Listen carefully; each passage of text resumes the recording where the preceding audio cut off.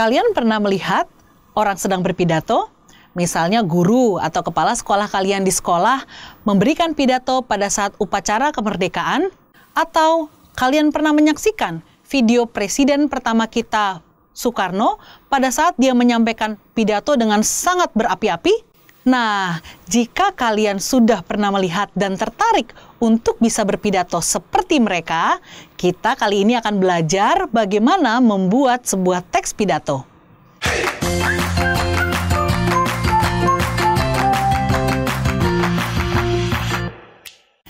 Halo adik-adik, jumpa lagi dengan saya Kak Maria dalam pelajaran Bahasa Indonesia.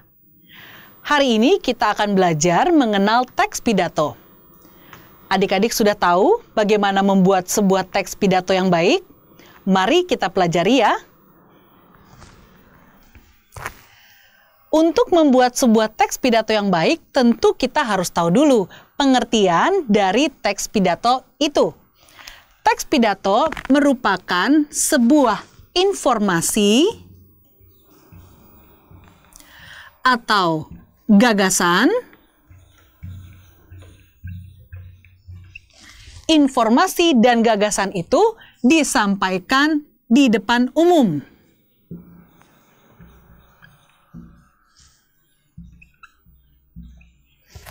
Baik, kakak ulangi sekali lagi ya. Teks pidato adalah sebuah informasi atau gagasan yang disampaikan oleh seorang pembicara di depan umum. Secara umum, demikianlah pengertian dari teks pidato. Kemudian kita akan belajar tentang ciri-ciri teks pidato. Yang pertama, teks pidato haruslah memiliki tujuan. Sebuah tulisan yang ingin kita sampaikan kepada orang lain, tentu kita harus mengetahui maksud kita menuliskannya.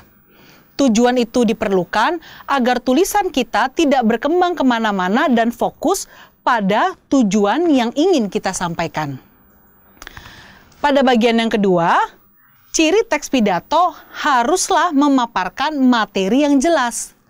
Materi ini tidaklah boleh hanya menurut pikiran kita saja, tetapi haruslah merupakan elaborasi dari informasi-informasi serta data-data yang telah kita kumpulkan. Kemudian, teks pidato bersifat objektif. Maksudnya, kita haruslah menggunakan data atau informasi yang tadi untuk memperkuat hal yang ingin kita sampaikan atau mungkin pendapat yang ingin kita ajukan. Kemudian, wawasan baru haruslah ada di dalam sebuah teks pidato. Maksudnya, informasi yang kita berikan sebaiknya merupakan satu wawasan yang akan menambah pengetahuan atau informasi dari pendengar kita. Yang terakhir, yang menjadi ciri teks pidato, sebuah teks pidato yang baik haruslah merangkum hal yang ingin disampaikan dalam sebuah kesimpulan. Biasanya, kesimpulan ini diletakkan di bagian akhir dari sebuah tulisan teks pidato.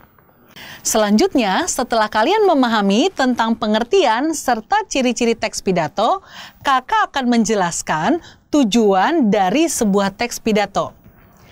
Teks pidato bisa memiliki beberapa tujuan, di antaranya memengaruhi. Maksudnya, teks pidato itu bersifat persuasif. Ya, persuasif artinya ia melalui teks yang disampaikan ingin mengajak pembaca untuk setuju akan hal yang dipaparkan. Yang kedua, bertujuan menginformasikan sesuatu. Mungkin hal yang disampaikan dalam pidato tersebut adalah hal baru yang belum diketahui oleh halayak ramai, sehingga perlu disampaikan dan ketika pendengar mendengar teks pidato tersebut, ia akan mendapat informasi baru atau wawasan baru dari hal yang disampaikan dalam pidato. Dan tujuan yang ketiga yang bisa menjadi sebuah goal atau tujuan dari pidato adalah memberikan kesan kepada pendengar, sehingga nantinya juga pidato yang disampaikan dapat memengaruhi juga ya, memengaruhi pendengar yang menyaksikan pidato tersebut. Adik-adik sudah paham? Kakak tadi sudah menjelaskan tentang pengertian, ciri-ciri, serta tujuan teks pidato. Kakak harap kalian terus semangat belajar dan tidak lelah berlatih agar semakin bisa membuat sebuah teks pidato yang baik. Sampai jumpa!